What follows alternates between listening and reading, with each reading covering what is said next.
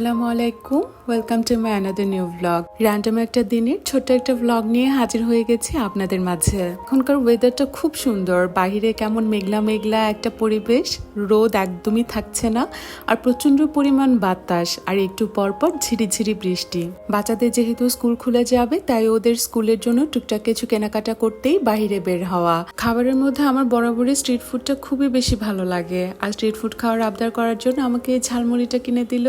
ঝালমুড়িটা প্রচন্ড রকমের ঝাল ছিল আর এর উপরে কি সুন্দর করে ডিম গ্রেট করে দেয়া ছিল। অত বেশি পরিমাণ ঝাল আমি হ্যান্ডেল করতে না পারলেও ঝালমুড়িটা এক কথায় অসাধারণ ছিল। আর স্পেশালি এই খাবারগুলো একটু ঝাল না হলে কেন যেন ভালো লাগে না। আর এদিকে ঝালমুড়ি খেতে খেতে প্রায় অনেক দিন পর আবারও চলে যাচ্ছি আমরা 300 ফিটের উদ্দেশ্যে। মেঘলা মেঘলা এই দিনগুলোতে ঘরের ভেতর থাকতে একদম ভালো লাগে না, তখন মনে হয় বাহিরে একটু ঘুরে বেড়ালেই দিনটা সুন্দর উপভোগ করা যায়। 300 ফিটে অনেক ফেমাস পিঠা ঘর আছে, কিন্তু আমাদের কাছে কেন জানো এই রিনার এখানেই সবচেয়ে বেশি ভালো লাগে। গাড়ি দেখার সাথে সাথে আপু আর ভাইয়া বলে এমন ভাবে ও দৌড়ে আসে, আর ওর সরল মনের এই ভালোবাসা দেখেই হয়তো বা আমরা বারবার ওর ওখানেই যাই। আশেপাশে কয়েকটা দোকানে আসলে আমাদের ট্রাই করা হলেও ওর রান্নাটাই আমার কাছে সবচেয়ে বেশি ভালো লেগেছে। আর সে ফেমাস যে পিঠা ঘরগুলো আছে ওগুলোতে অবশ্যই এখনো পর্যন্ত আমার যাওয়া হয়নি। অনেক রাশ থাকার কারণে আমার কাছে আসলে তেমন একটা ভালো লাগে না।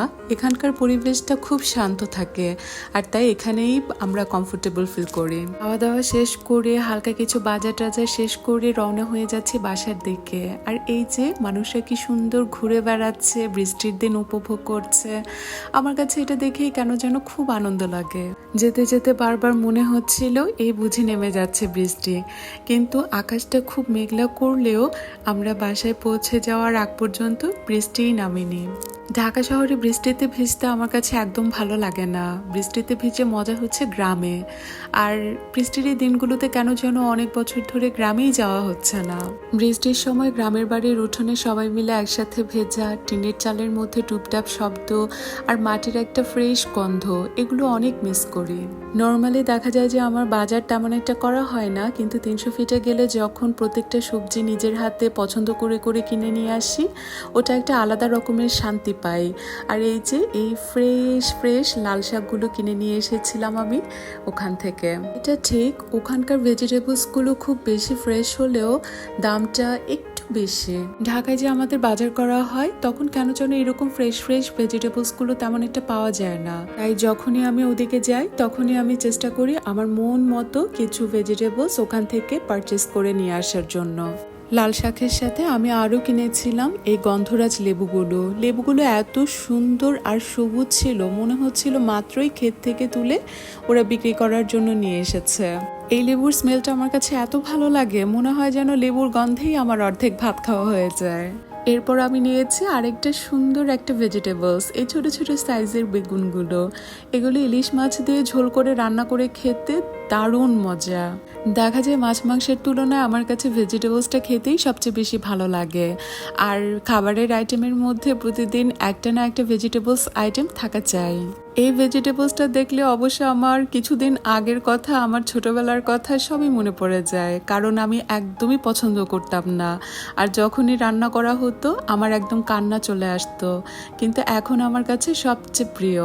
আর একটু হালকা মিষ্টি টেস্টের জন্য ধুন্দুল আমার আরেকটা ফেভারিট ভেজিটেবল। ওখানে দেখি বাজারের মধ্যে এক বয়স্ক চাচা কতগুলো হাঁসের ডিম নিয়ে বসে আছে, আর তাই ওনার কাছ থেকে এই হাঁসের ডিমগুলো কিনে নিলাম। ডক্টর অবশ্য আমাকে হাঁসের ডিম খেতে মানা করেছিল, কিন্তু ওখানে বাজার করতে করতে অবশ্য এমন একটা অবস্থা হয়ে গিয়েছে, যা দেখছিলাম চোখের সামনে মনে হচ্ছিল যেন সবই কিনে নেই। নিজের হাতের বাজার করার আসলে কিন্তু মজাটাই আলাদা। আর এটা হচ্ছে আমার আরেকটা পছন্দের ফ্রুটস। ছোটবেলায় বেশি করে জাম খাওয়ার কম্পিটিশন লাগাতাম আর দেখতাম যে কার টাং সবচেয়ে বেশি পার্পল হয়। আর এখন বাসায় আমার বাচ্চারাও সেম কাজটাই করে। বাজার করা দেখে ওই দিনের মনে মনে ভাবছিলাম, গ্রামে আসলে যারা থাকেন তারা খুবই লাকি হয়। কি সুন্দর ফ্রেশ ভেজিটেবলস অল্প টাকায় আপনারা সহজেই কিনে নিয়ে খেতে পারেন। আমার খুব ইচ্ছা একটা সময় পর গ্রামেই সেটেল হয়ে যাওয়ার, কারণ শহর আমার ভালো লাগে না। বাসায় এসে রাতের জন্য আবার হালকা করে রান্না করে নিলাম। আর মেনুতে ছিল কাঁকরোল ভাজি চিংড়ি মাছ দিয়ে, আলু দিয়ে বিফের ঝোল, আর সাথে ছিল পাতলা করে রান্না করা মুগ ডাল। পাতিল থেকে আপনাদেরকে দেখিয়ে দিলাম, কারণ হচ্ছে এটা সার্ভ করে আপনাদেরকে দেখানোর মতো একদমই এনার্জি ছিল না। আর এই তো অবশেষে আমি আমার খাবার নিয়ে বসে গেছি। আর আজকের এই ভিডিও এই পর্যন্তই। আপনারা সবাই ভালো থাকবেন, সুস্থ থাকবেন, আমাদেরকে দোয়ায় রাখবেন।